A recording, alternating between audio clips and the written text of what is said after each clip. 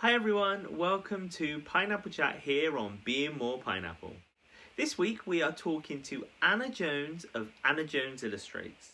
We talk about starting off her illustrating business and the lessons she learned along the way when becoming a visual merchandising manager and then a dental nurse. Let us know your thoughts and drop your comments below. Enjoy! I've got to try and just get myself comfy now. The thing is, we've done a big change around with everything. So now I'm in our room, not in the girls' room. Before, the units you can get from IKEA, and that you can get them in 2s or 4s, cubes. And then you get them in like 9s or whatever it is, those big ones. So I had a 4 one, and the laptop sits perfectly on top of it, like the right height for the chair that I've got, because this is they've got this chair from a...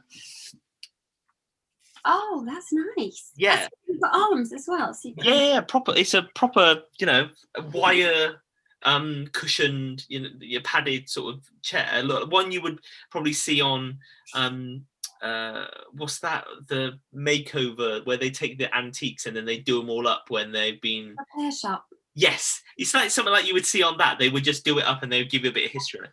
Okay. But the problem with it is it's too low. Like, for a normal sized desk, it's too low. Oh, yes. For that, it was a perfect height. But now I've got my I've got a work hairdressing trolley. I've got it on. Because again, the desk which is in our room, which I've got because of lockdown, it then just shows off too much stuff. So you can see the bed and what's on either side of the bed and stuff. So I'm literally, it is the space before you can see the desk is right where the edge of my screen is, where the desk is, and right there you can just see where the light changes. I've always been really impressed when I'm watching them that you guys have such blank. I'm like, where do they go in their houses to have? Because you've both got really nice kit. I've literally pushed my bed out of the way. I've pulled the ottoman in and just tried to literally is that much of a space. Mine is. There's my bedroom. Oh, so I'm a really tiny little corner. That's cute. I'm backed up against the wall.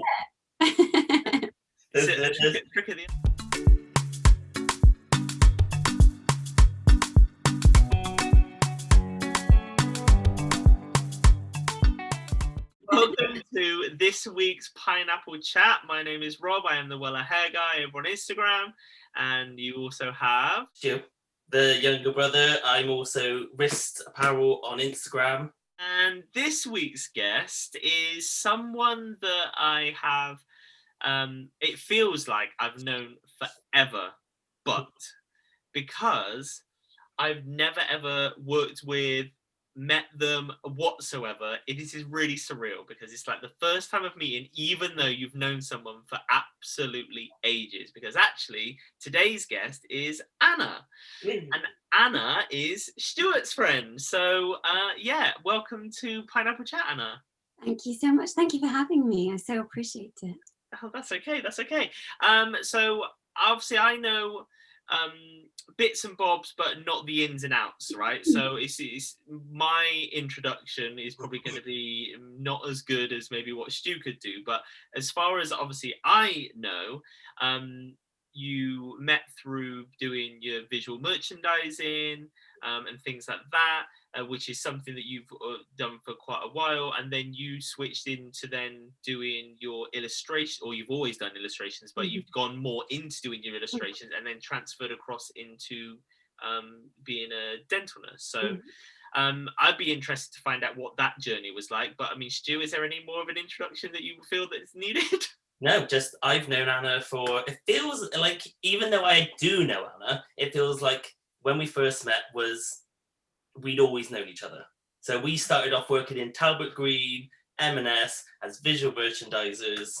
You've been there for a little while. I joined the store, and then it was just, that was it. Of you before I knew you, before I met you. It was one of those things, wasn't it? Yeah. So I turned up and Anna was like, oh, I've heard about you. I was like, oh, it's you. And we'd spoken on the phone. Yeah.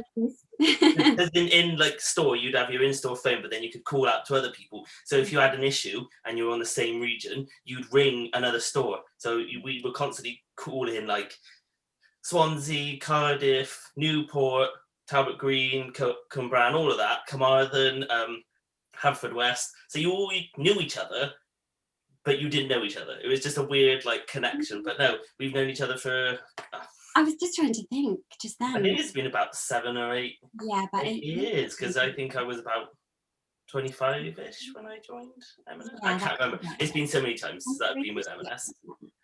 But yeah, we've known each other that long. We've been VMs together. We've stayed friends together afterwards. We've got like a little circle of friends who just sort of, I think the job we did, you forge these friendships which will last for a long time. It's not just a normal job. Yeah, you do. And even if it's like gets so busy, doesn't it? And even though we maybe don't speak for like a couple of months, and I think we're both probably quite hard to pin down, really. And so, but it's literally like just the same when we do see. Well, once you like being through school and stuff, you went to. Did you go to uni? I did, yeah. I did a foundation course first, an art and design foundation course, which I absolutely loved. I always knew that it was going to be something creative that I did in my life, but I never really knew what it was going to be. And I was always kind of the one that was in the art room on like your free lessons and lunchtimes and stuff like that. And I just loved kind of all aspects of that visual side of things. And so yeah, I went into foundation course. Which was amazing. I've got lasting friends from that too, and it was great. And then I focused on illustration and went to uni in Swansea and did that, which is another favourite place actually, and I loved it. It was a lovely time. It was so good. It's just lovely there, isn't it? So it was great. And I focused on illustration just because it suited my style the best. I was at one point a little bit between that and fine art, but fine art is a lot more it's more kind of expressive and that kind of thing, and illustration I can't imagine doing anything else now, so it takes you a little longer when you're younger, doesn't it, to kind of figure out your way, and then when you look back you think obviously that was the way that it should have gone. Why didn't I do this sooner? Exactly. So I'd worked part-time in retail then through all that, as you do since I was 17, and then long and short of it, I ended up going into visual merchandising when I left uni. I never really intended, I always think I knew that I wasn't going to be a full-time illustrator. I knew I wanted to do something creative as a job, but it was never full-time illustration necessarily, just because I really like the social side of things. And you do lose that a little bit. You probably don't in lots of ways, like if you work in a company and you're a designer, for example, you wouldn't, but I've always quite liked, and even in uni there was kind of that maybe management side of things. I liked kind of doing the taking people for tours when they were coming to the uni. I liked that side of things, and taking control of certain areas, like representative for the class or something like that. I loved doing that. So it was just a really good fit. Visual merchandising just fit. So for lots of people won't know what it is, well, this do. So for those of you that, because you wouldn't necessarily if you hadn't been there. So it's visual merchandising or visual styling, and it's just basically all the things you never think about when you go to a shop. So someone does the displays and the window displays and the mannequins and makes the tables and the shelves and things like that look nice, and that's what it is. And so it's a lovely job. Yeah, you're the sorts of people that without other people even knowing it, can influence somebody to buy all of one garment or a selection of things depending on the display or the way that you style it out on that mannequin, for example. It's like it's encouraging that this is how to wear this piece, isn't it? Exactly. So then it turns into this, we'll say these jeans are the statement, but actually it's then how do you then get people to then get the top and the jacket and the bag and the shoes and the jewelry and everything like that. And if you don't got the eye for being able to see what works well together and maybe forecasting and future planning and making things almost a bit timeless, shall we say, then if you can't do that, then you're on a bit of a losing streak. And then that way, then that's the way you're going to be able to, by doing it well, you're then going to generate those sales for the store that you're working in, I suppose. I think the other side of it is, even people who are in the store working with you side by side still don't understand what we did or what was the importance of it, because they didn't see the effect of what we did. They only saw the sale of like a one-to-one or just having to tidy, or they didn't see the import. It was sometimes you had a bit of an uphill battle with members of staff just to get them to go, stop yourself. We've got processes. this is why we do this, and you have to then educate them as well. So it's not just it's not a job for anybody. It is very specific, and like I say, even people who you work side by side with have no idea what we do. So for people who don't even work in shops, it's really foreign. So don't even worry if like you're still a bit like, what? Because people who we worked with closely still didn't get us. Yeah, absolutely. You went into a brand new store. You went from M&S to, yes. I can never say the brand name. I went to Tessuti. So I originally started in Outfit, which has unfortunately gone under recently, and I was such a big fan of Outfit, and I've got so many good friends from there, so it's so disappointing. But Outfit, and then M&S, and then I went to Tessuti, which is a JD Sports brand, and it's like a designer, designer brand, and I loved it. I really loved it. I wasn't at Tessuti very long, and I feel like it's not in any way a reflection of how much I love the role, because I'd just been a few years in visual merchandising management and loved it, and the team, and it was great. It was a lovely time, and I think I'd just taken as much as I could from it. And I think, as we said before, as you get older, you learn things about yourself, and you learn where your fit is and what you're good at and what you're not so good at, and also what you're working towards and what you'd like a bit more of in your life, and that work-life balance. And I picked up illustration a bit more during that time. And I think it's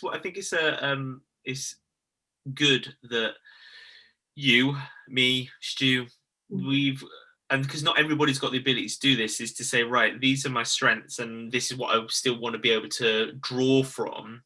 I know I've got opportunities which I can then work on to make myself better, but there are going to be certain things which, like it or lump it, whether I really, really, really want to do it or not, and I really think that I want to be good at it, I'm just not going to be good at it. Do you know what I mean? So it's having that realization that, I'm going to play to the strengths, work on the opportunities which are going to be able to benefit me to be able to live a fuller life or better my career or whatever, and not worry, like sweat the small stuff. Like I'm not, for me personally, just going to a hairdressing point of view, like I can do a perm. That's not a problem. But it is not my strong point. So I am not going to worry myself about the fact that, if I had to do one, it's going to take me probably double, triple the amount of time that it would to be it for somebody that loves doing it. Do you know what I mean? Yeah. So I'd rather say, you're good at that, you crack on, and I'm good at what I'm doing. And then you then work with that person to then boost each other up. Do you know what I mean? Yeah. So. Exactly. I always think it's must be difficult in hairdressing environments, in that you've got to be really good at the technical, and knowing, but you've also got to be good at like the people side of things, haven't you? Because you've got to have them in, you've got to figure out what it is they're really saying when they're telling you what they want. You've got to look at them and think, but you're not going to suit that bowl cut, so I'm not I'm going to do a different version of it. And then at the end, you've kind of, there must be moments where you're kind of like, I don't really know what they're going to think.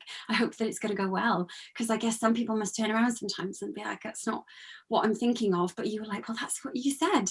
Yeah, and to be really honest, you do start to gauge those sorts of people when they come in with quite a specific idea, or if they're that vague, that actually they don't even really know. Like they're saying they want something, and they want it done there and then, but you can just tell that it's either one, too specific, or too vague. Because if it's too specific, if it's not exactly the way that the picture looks or whatever, then they kick off. And I love it when I can then, as soon as somebody comes in and starts being really specific, I'm like, right, if I know I can do it, like it can be done, I'm like, let's do it before and after, take a before picture. And then when they go, well, this is not what I was expecting, I went, oh, okay, can you just get the picture out which you showed me at the beginning? And then I get them to get the picture out, and then they look at it and they look in the mirror and they're like, oh no, oh, it is exactly what I asked for. I'm like, what? Like, you can't have a go at me for the fact that you now don't like what you've now got, because it works. Yes. And the same when somebody's too like fluffy about things. It's like, well, if you don't know, how do you expect me to know? I can tell you what's going to look good, but when you're then still being vague about saying yes to it, but you've booked the appointment and you don't really want to waste anybody's time, and you just go along with it anyway, and then at the end say you don't like it, well, again, that's not my, like, Yeah. It's not my bad doing for the fact that you've now changed your mind. So yeah. But It's a funny one. I feel like it takes skills as time goes on. You must learn that, because I do think, oh gosh, that must be really hard. It's difficult when it's yourself as well, because obviously these people bring you the pictures, but they're looking at them on someone else, and it's like a bit with styling, isn't it? Yeah. It's easier to style someone else or a mannequin than it is to style yourself, because you can look at it more objectively. It's just easy. Yeah. If anybody ever brings a picture, I'm like, first thing I do is they get the picture and I go, right, put my thumb straight over the face and say, right, how much do you like the hair? Yeah. Oh yeah. Or like I literally will put my hand over the top, so then you can't see the face, you can't see the dress or whatever it is they're wearing because it's under the rest of my hand. And I'm like, right, so what is it about the hair that you like? Because actually it's not about the hair, it's the fact that they love Jennifer Aniston and they really like that dress she was wearing to the Met Gala and whatever. Yeah, you're like, it's not that. Yeah. Because unfortunately, my love, you are not the Jennifer Aniston.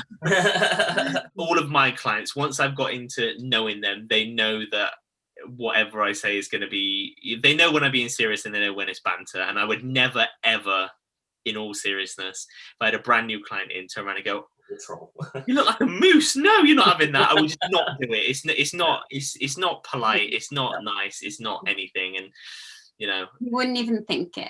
No, I wouldn't. You know. You say about like bringing something in because of your illustrations. We're gonna dive into that now. First of all, what pushed you to then start going more illustration based, and then how do you deal with clients coming to you with specifics, like you said with a hairdresser? How would you deal with someone? Do you do like roughs and then show them, or do you just go ad hoc and just do what you fancy? What pushed you into illustration first, and then? So I think I'm doing more illustration now more than ever. So to answer that bit first, when I left M&S and the visual merchandising side of things, so I just felt like I felt like I learned as much as I could from it. I enjoyed it. I felt like it was time for something new.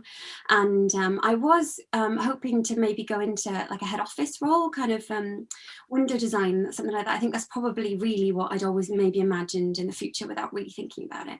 And that was where I was going. But honestly, it's a really hard side of things to get into. It's really difficult. And I think I know now that it's really for those that maybe start off in London. I think if you want that kind of thing, maybe you start off in London, maybe at uni, or you go there straight after uni and then you push for it that way. And I think maybe that's the way that it goes. And now I'm really glad that it didn't go that way.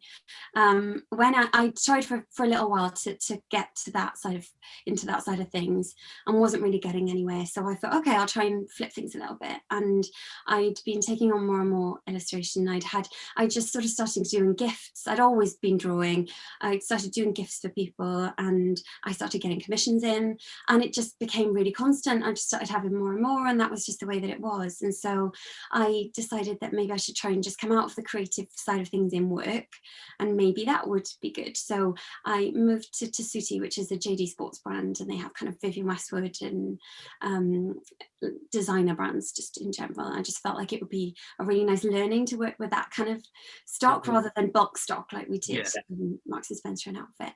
And it was a lovely change. I was assistant manager there, so I wasn't doing the visual side of things necessarily, other than the general visual. It wasn't so creative, and I felt like that would probably be quite good just to have a bit of a change. And it was. I really loved it. And I think, to be honest, I felt so settled and kind of comfortable there and grateful for the change.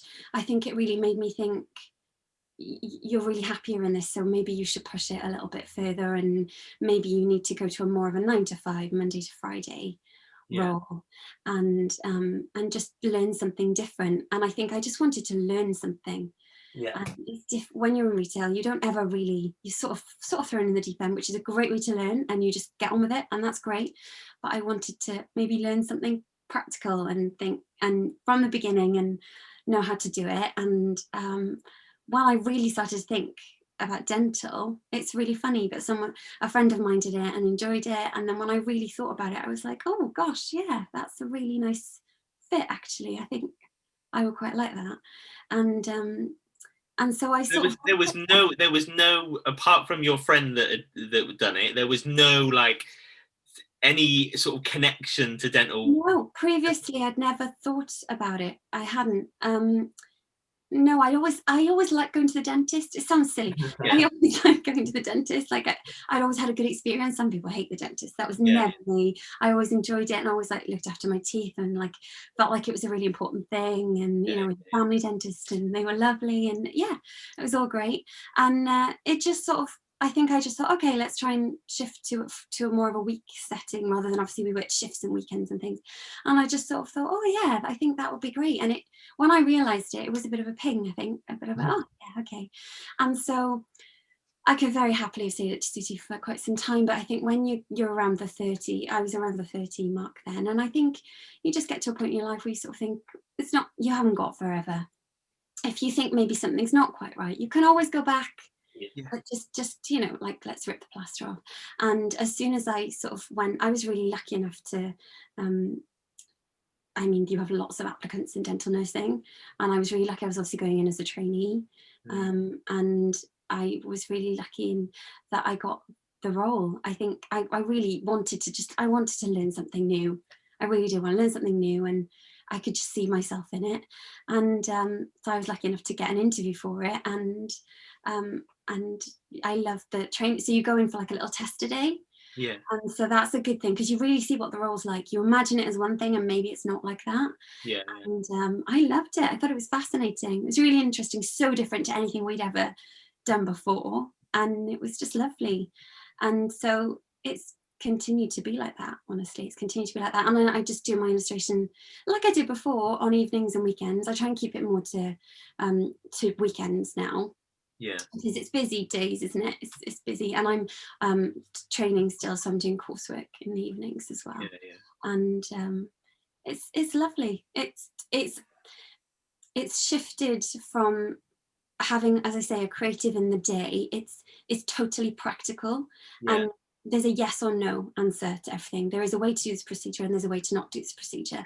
And I've never had that before. When we worked previously, it's always how you see it, isn't it, Stu? And you can do a mannequin grouping or a window, and you think it's amazing, and someone else might come along and they don't think it's amazing, and you think literally gone to the guideline to a T, and it's not. And I think I never imagined not having that creative in my day job. And then when I did think, oh, I think I should take that creative side out maybe and see how it goes, it gives me all my headspace. I'm more creative outside of work now, because I don't. Do you know what? That's exactly what I was then gonna add on to that. Is it must be actually a bit more of a release to know that you're not having to think creatively pretty much 24/7. You can have that really black and white, like you say, yes is yes, no is no, black is black and white is white. And then you can have that freedom and escapism from that structure by doing your illustrations. Yeah, it's lovely. It's a balance. It's a really nice balance. I can't really imagine now I never really thought I would ever be a full-time illustrator, as I said, even at uni. I don't think it was probably what I was aiming towards. And having the balance of the both, you know, that I think that balance might shift at times in the future, where I'm maybe doing a bit more of one or a bit more of the other. But it's just a lovely fit, because I've got that, as you say, release when I go to work, really, when I'm at the dentist, of the practicality and seeing the team. We've just got a lovely team. I've been very lucky. I've got great friends. We can both say, can't we, Stu, that we've got great friends from everywhere we've worked. And there've been lots of different stores in lots of different places, and I'm very lucky in that. And it's no different here. It's lovely. So you've got that social side of things, and then it's the quietness as your desk. And as we say, like, we're both homebodies, and I love that side of things as well. The quiet and the focus on what you're doing. Great. And so back to what you asked me, Stu, then you asked about, like, if you say you do commissions. Yes. When a client comes to you and says, I want this done, how do you sort of just process it, and then have them process it with you, in the sense of, like, because they've obviously searched you out and like your style and like the way you do things, and like, how does the process work for you?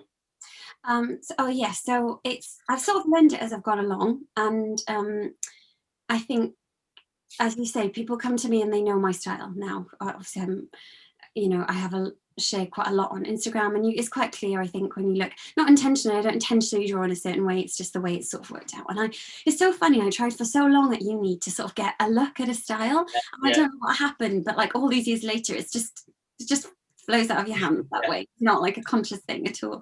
So I think people know what they're getting when they come to me for an illustration, and they know the style. And you do have to manage expectations a little bit. I've actually learned that I think a lot of illustrators show proofs, as you say, beforehand, so maybe sketch it out and then show people that.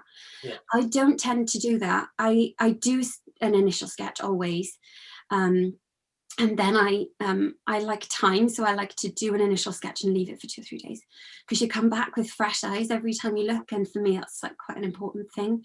But I don't ever show illustrations really now until they're at a point where I think I'm happy with that. I think it's probably as close to where it's going to go.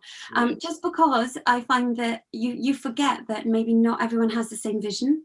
And so if I show something and halfway through and say, oh, this is halfway through, it's not finished, but this is how it's looking at the moment. Generally, I found that people might come back and say, oh, are you going to put that on there? Are you going to put that hair in there? Are you going to put some of that background in?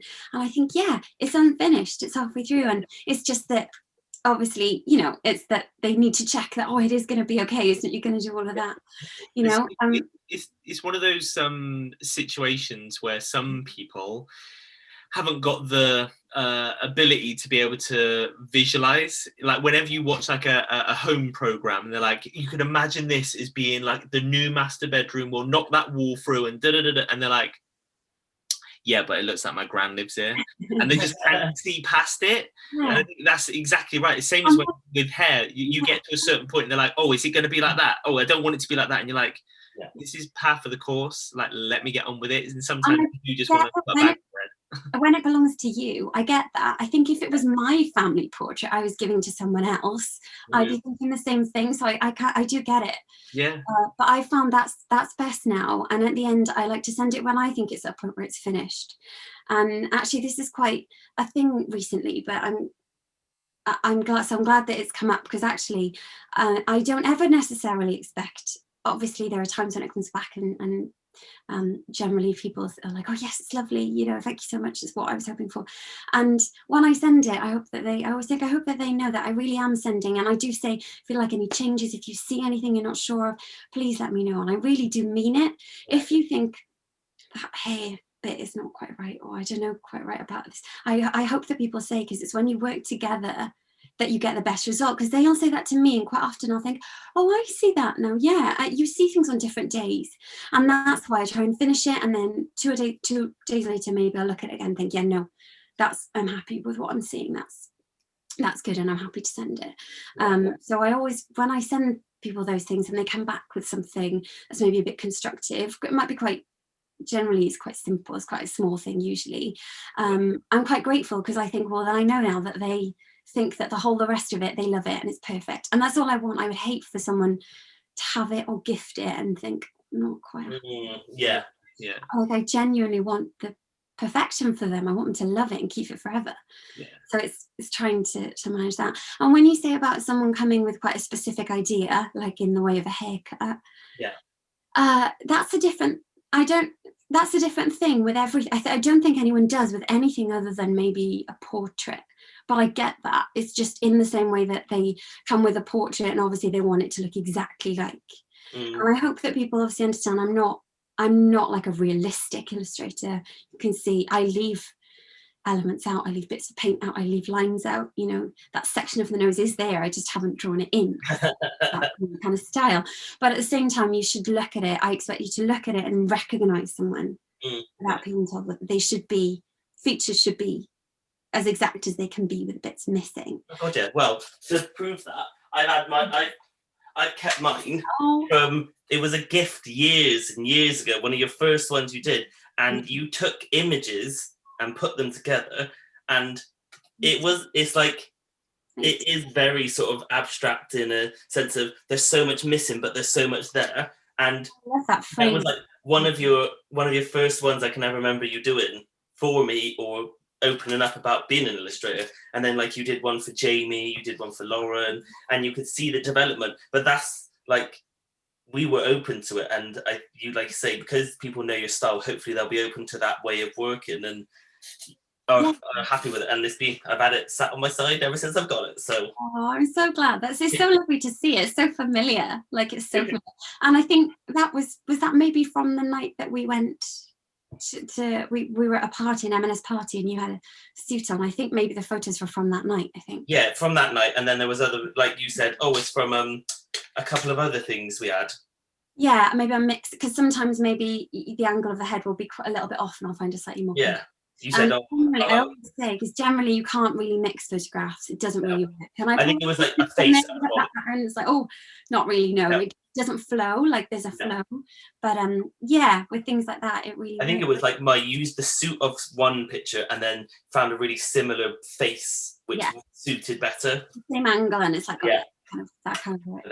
When you turn around and say people cherish them for life, I can understand that, because I have cherished mine, and now I've got a small collection of. I'm so glad, and it brought back a memory, and that's what I always hope for. Is that I think that's what it is with an illustration. With a photograph, it's a different thing. You have the photograph, but when you're looking at an illustration, it brings back a memory, like a time. It's more visceral, isn't it, in that respect? It gives you more. It's not just about remembering the moment. It's then almost you can then smell what was going on, and you can taste, and you can feel, then you can hear, like not necessarily the sound, but you can feel the sound as well. Like you can just sense the closeness or the space of where you are. And I think with anything, whether it be an illustration or anything, if it can evoke more than just the one sense, then it's got meaning to it. So even if it's like a plate of food, you taste it, but it's the taste that then triggers all the other senses, then it's onto a winner, like being a chef sort of thing. Nice, and then having like a nice something you didn't expect in the post is there. So I try and things when I can. And in your brand now with wrists, we talked a lot about how you've kind of done the Instagram photographs and things, and how you've gone about the styling and stuff. And we've both got really excited. Like I've said to you, oh my gosh, how did you do that photograph? How did you do this? How did you do that? And it's really nice to be able to, because we're on maybe the same mindset with it. It's just nice to get inspired by each other, isn't it? And it's just lovely. That's all I'm saying. you got that, so I don't need to. Well, that's so nice. I'm so glad that you kept them and loved them. That's really nice to hear. Definitely. I'm really, really pleased. That's lovely. It's just nice to see. He's actually just a hoarder, Anna. That's all it is. Pull them out. He's a hoarder. No, I'm joking. I won't add that bit in. That's why I waited for it to be quiet enough so I could. I know I can chop it out. He's a hoarder. I used to be bad. Keeping on the illustrating track. I would like to sort of know, because it's part of my life, is what do you feel your relationship is with colour? Because as a hairdresser, my relationship with colour can literally change depending on what pants I'm wearing, right? I could love doing a blonde, but then I could just as much feel super inspired by doing coppers and reds, or long hair or short hair, whatever. So like, what is it, what is your relationship with color, and how does that sort of influence you in your daily life? That's not something I've ever thought of before, so it's a really nice thing to kind of be made to think about. When I think about it, I actually have patterns, and I'm probably a bit of a creature of habit, really. If you look at, I think one of the reasons that, like I said, I've ended up with a style and a look kind of unintentionally, because I think that's just what I'm drawn towards. So quite soft colours, actually, in virtually all of my commission work, I would say, kind of portraits or houses, or no matter what it would be. I tend to go for washes rather than kind of blocks of colour. And I really like it when you kind of have like a brush stroke and a bit of white space next to it. I don't necessarily like it all to be kind of coloured or anything like that in that way. But then when I think of things that I'm designing for myself, so like logos and things like that, I tend to go for quite bright things. Like I'm always drawn to like strong pinks and blues or turquoises. That's just I suppose I like bright colours, and it's that cheerfulness, isn't it? And trying to bring that to your day, into your work. And the new packaging has, and I was like, oh, I feel like this is quite controversial, but I've gone with I had to get little twisty things to bulk up the packaging, because I've got like a new, stronger packaging. And I went for the pink little twisty things, and I was super excited about this. You'll see them on Instagram. You'll have seen them, the little squashy together pink ones. I just feel like if I opened that, it would make me like, oh, yeah, I want it like pink or yellow or like a bright blue or something. I think it kind of cheers you up, doesn't it? Yeah. And then, but then also, I think in terms of like my daily life, like wearing things and kind of things that I'm drawn to, it's a different thing again, because I think I'm always sort of I'm like always in blue or like black or maybe neutrals. I don't wear maybe, it's the odd bit of color, but it's like not lots of it. So I think for me, it's probably quite consistent. When I'm creating something that I'm like to send to someone, like the flowers that you just saw some of the flowers that I did through lockdown and things like that. I like it to be really colourful, because I like it to inspire that. Oh, this is so lovely. Like, oh, and it makes you smile. And I often put on the inside of the packaging, I hope it brings you some sunshine. I think that's what it's about, and that's what I hope Anna Jones Illustrates inspires in people. I want you to smile I want it to be quite a physical thing. Yeah. But then with commission work, or more portrait work or that sort of thing, I actually like more of a wash, and I think it's more about the line and the colour. And I suppose with and this is just now from obviously knowing as much of you as I do from this chat alone, but I suppose when you're having to do like a commission where it is a portrait or something along those lines, and I'm sort of being a bit naive and saying I'm assuming that they will take longer to do, that being your sort of style for that sort of work, I think actually reflects you as well, in the respect that, as much as you are extremely bubbly and outgoing, I can tell that you still sound very softly spoken. And that softness, because sometimes I think it can be a bit jarring as well when you see my aesthetic is this, but of what I produce is this, but when you meet me, it's this, and then it's like those two things don't match. So when it's something which is you're putting more time and effort into, that seeing that sort of transition and that flow into the piece, in your case, where it's softer palettes, washes, really, I think is then even stronger connection. Yeah, like the thoughtfulness almost. You can see thoughtfulness through it's a really good way of putting it. And actually, it's really interesting that you say that. How you imagine someone's work in comparison to like that's a really nice way of putting it. And I think actually coming back to Stu's wrists, that is an extension of you for me. I think that you sort of really nailed that with the visuals, and I think it's quite an important thing. I think our visual merchandising background has really helped in that. It makes you think differently, and I think that you're a visual person or you're not, probably I would say, as for most people. And you're thinking of the whole, isn't it, rather than just that one thing. And I think the thing doing the multiple visual merchandising backgrounds, or coming from a university, going into a corporate, then coming away to your own, you sort of find your path in going, I know what I like, how do I then visualize it? And then most of the time I found, and I don't know if you're the same, you know what the end product is, it's how you get there. And it's just sort of the journey of getting to what you want. And sometimes it can be snap and you're there. And like for my brand, I literally was like, I know what I want to do, because this is what we're going to do. And I think that's where the backgrounds of, like you say, as you get older, you sort of, these things just sort of start to click and connect, and you become more comfortable with yourself and what you can produce and what you want. Because at the end of the day, I sort of made it because I wanted it. And you've created your styling because it's you and you want it, and that's how you want to express yourself. So yeah, it is like a little part of yourself you're giving away through something creative and process. You've probably found as well, I think there are times when you sort of have to take a step back and think, and I try and consciously do it like every sort of January or something, or maybe every 6 months I'll think, okay, let's take a step back. Am I really happy with everything that I'm saying? is the packaging exactly what I want it to be? Would I be happier? You try and put yourself in the third person sometimes and just think, okay, let me just step back. Am I really happy with this? Is this what I know what I vision at the end? Is that what I vision? How can I get there? And it's the same for you as well, I imagine. Because once you get to a certain point, and this will be like the sort of next question I'll ask you is, once you've hit a certain point, is there do you plan for the next thing, or is it a natural progression of where you move forward, or do you sort of just like, I've got plans of what I've done, and I like can look retrospectively, and I think that's what is quite a good thing to do every now and then, because with it being in a creative industry, we're always looking for the next going forward. What's the next best thing? What's the next best hair color? What's the next best what's the next best cut? What's the next best this?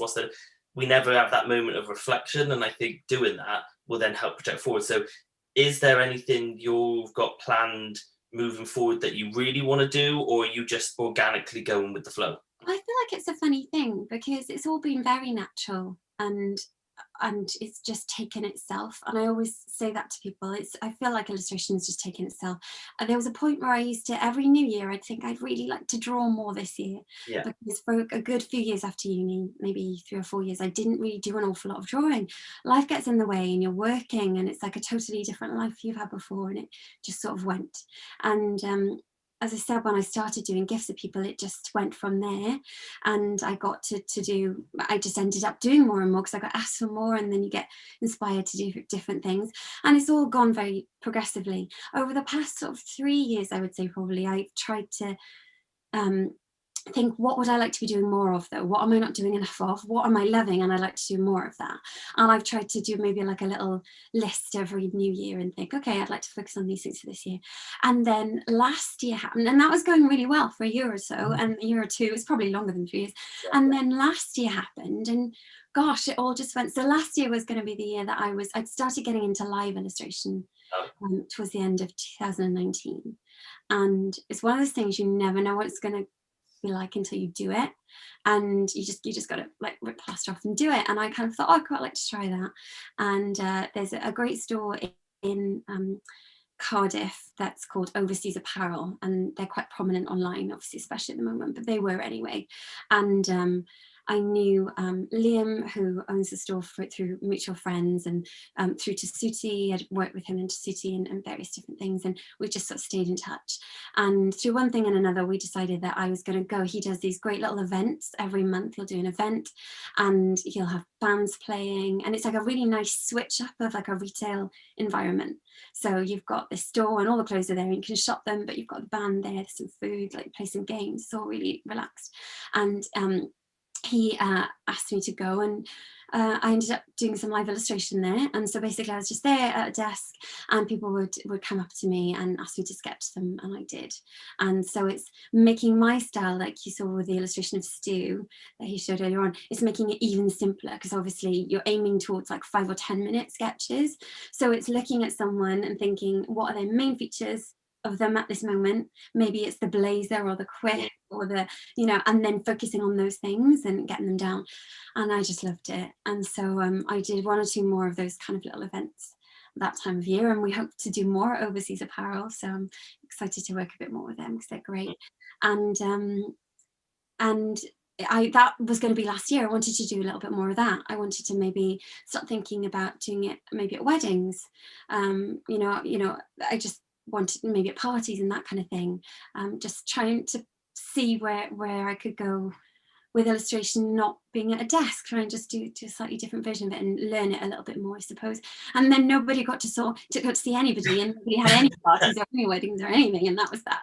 So I think it'll be interesting to see. I'd like to start getting into a bit more of that. And it was funny because when I looked this year, then in January, at last year's plan, the only thing that I'd not managed to tick off or do a bit more of was live illustration, and everything else I'd sort of thought, oh, I'd like to do a bit more of this and a bit more of that.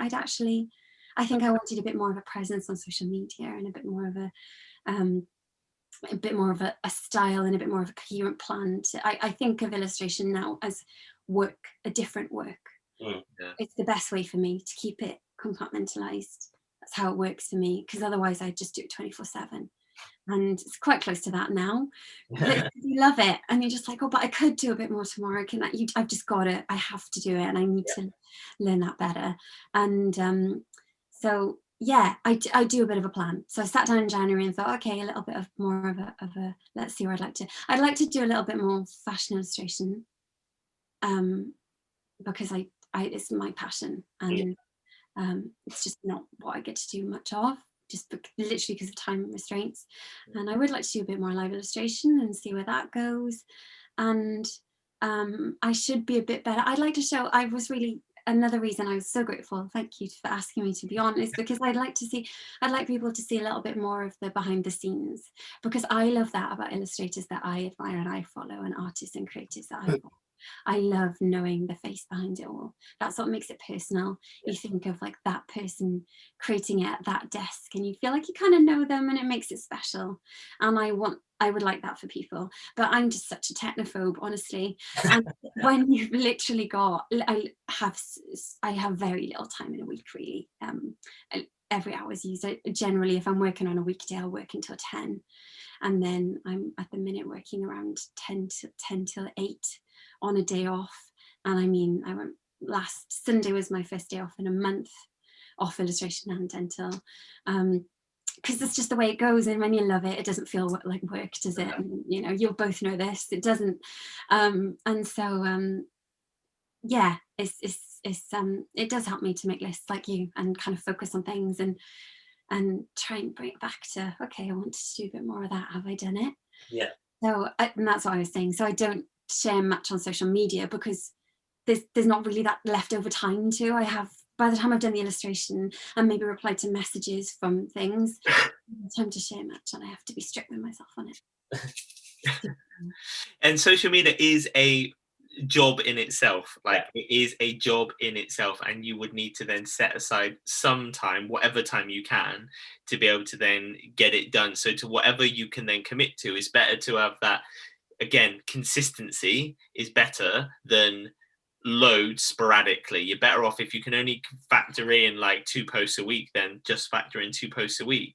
It's like, that's just the best way to be able to do it. And but I'm really glad actually that question sort of came up, because it's one of the, it's exactly where I was going to go next as well, because I was just thinking, like, for me, when I'm doing what I do, like, you get to that point where seasonally collections, spring, summer, autumn, winter, all of that sort of stuff, it still goes the same for hair. And do I then stay where I am, and just because I'm good at this thing that I'm doing, do I just stay with it until I've taught everybody it 5 times? Or do I then look at how can I evolve that same concept? Or do I need to start looking at something new? So, and I think that you can see that similarity between what you've just said and, like, from a hairdressing point of view, that similarity is there. You know, it's not necessarily about completely changing, but you do have to take stock, whether it be every quarter or every 6 months or every year, to then say, right, what have I done? What can I do differently? What can I plow on with? And I think partly because I think we're quite happy and content maybe in what we are doing. And I don't want to look back in 3 years' time and think I should have done a bit more of that, or I should have tried to maybe collaborate with businesses a bit more, because I really enjoyed it, but I was just coasting and enjoying. And I think it's that, isn't it? You want to think, why do tomorrow what you could maybe think about doing today? Like, exactly. try and make it. If you think in a few years' time I'd like it to look like this, well, get yourself going and try and get yourself on that path then. Exactly. You do create the life that you lead, don't you, and the work-life balance that you are after. You can sort of try and organize it as best you can if you try. So, is there anybody from a not too far away, kind of realistic sort of thing, is there anybody that you would love to be able to collaborate with or work with in a closer future? And then who would be your, like, dream person, dead or alive, that you would like to collaborate with, or would have liked to have collaborated with? That's a really nice way of thinking about it. I think of collaborations more, I think I'm thinking of them more from like a business point of view. So I think short term I would like to do a little bit more of illustrating in stores. So I illustrated in Kiehl's, the skincare, Cardiff that would have been the end of 2019 as well, and that was really lovely. It's because we've got that mix of like, we love shopping, I love fashion, I love all of that side of things, so it was nice to have that, and that was lovely. And I think that's sort of how I see collaborations maybe going forward. I think it's more with businesses and things like that rather than people. But I think if I think of one person that really I always go back to, and I think, God, that person really inspires me, from an illustration point of view, is probably David Downton. I follow him on Instagram, and I'm always like, oh wow, whenever it comes up on my feed.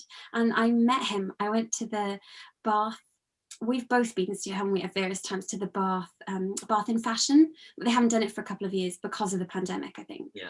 And they interview like creatives or fashion involved people and things like that. And I've been to a few different ones, and David Downton was there once, and I had his book, and you could have his book signed, and it was like, oh gosh, You fangirled. yeah, I did. It was like, wow, it's lovely. But then at the same time, I don't know if I think I can never. I think it's just taking inspiration from that person rather than maybe. I can't imagine how a collaboration or anything would work in that way, but obviously he's someone that I really admire. And I think it's probably, it's probably bigger brands. It's probably bigger brands that I would think, oh, I'd love to do collaborations, because it's obviously, it does balance with, obviously I think you think, gosh, I don't illustrate full time, but it does balance with, you can absolutely do a bit of both. Like, it doesn't mean that you have to be doing it 7 days a week to fit these things in.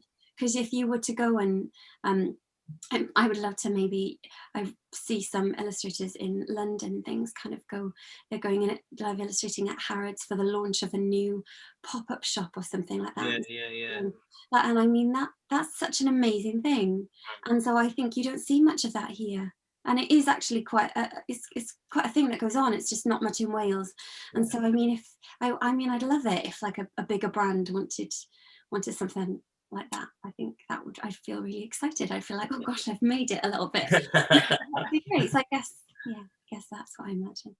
Going back to those that really know kind of what their focus is, and you mentioned this in a previous podcast, didn't you, that you were saying that Rob always knew, like you always knew that was it was hairdressing, is what you used to do like at home and stuff. And I mean, I've never had that. I know that you haven't, Stu, either. It was creative, or for you it was fashion, for me it was illustration, and it just, I never really quite clearly knew. And I think for anyone that's younger that's watching and thinks, oh, I'm not really sure, it does all work out in the end, and it does all sort of fit for you. You just got to find your way. And at the same time, like that's such an amazing thing to know what it is that you want to do. And there are times I've envied that. That's a lovely thing. So where can people find you? Instagram, and then you said you got an Etsy store as well? Yes, I have an Etsy store. So I'm mainly on Instagram. I love Instagram. It feels like a little community, doesn't it? I do have a Facebook AnnaJonesIllustrates page as well. But that's I think Instagram's more visual, so I'm probably more clearly on there. And I have an Etsy page too that you can see all my commission offerings, and I'm always open to messages for bespoke illustrations and things like that. I'm gonna say that on that bombshell, we've hit our time. So I really, really do appreciate getting to actually know the person behind the face, behind the name that I've known for so long, but never ever met. Yeah, it's been so lovely speaking to you and finding out a little bit more about you, and just having this lovely catch up. I was just excited to see you, Stu. Same with you. So nice. And yeah, Rob, it's been lovely meeting you properly. Thank you so much. I just want to say a massive, massive thank you for coming on. Thank you for being so open. Thank you for letting us into sort of your little world of what you do, how you sort of go about things, your creative process and your signature and things like that. Honestly, thank you so much. It's been such a pleasure speaking to you, and you've made me think about things. You just carry on, you think it's nice to think about it. And Good. Thank you so much, and we'll see everybody next time. Bye. Anna has been a family friend for so many years, and this was actually the first time that we had met. There are always people in your life that you know like this, like friends or friends of friends and so on, but I look forward to seeing what happens next for Anna and the different collaborations and projects that she wants to plan. Let us know in the comments what is your best doodle. Anna's Pineapple playlist is a top 10 of old school classics from back in the day, so look up Anna's Pineapple playlist on Apple Music and Spotify. You can also search Being More Pineapple, hit download and subscribe. Tag us in on Instagram of where you like to listen to the Pineapple playlist, hashtag Pineapple playlist. Every Monday on Instagram, get involved in the hashtag Pineapple Community Challenge. Missed any? Then swipe across on our IGTV and you will find all the previous challenges. And don't forget to tag us in at Being More Pineapple and use the hashtag Pineapple Community Challenge. If you haven't already, hit subscribe and don't forget to ring the bell so you always know when we release new content. Please like, comment and share to show your support and help us grow the Being More Pineapple community. Let us know if there is anything new you want us to film. Plus, if you or someone you know has an interesting point of view or a story to tell, then drop it into the comments below. Thanks for watching, and until next time, from here in the Fruit Bowl, send you peace and love. Be kind, stay safe, stay connected.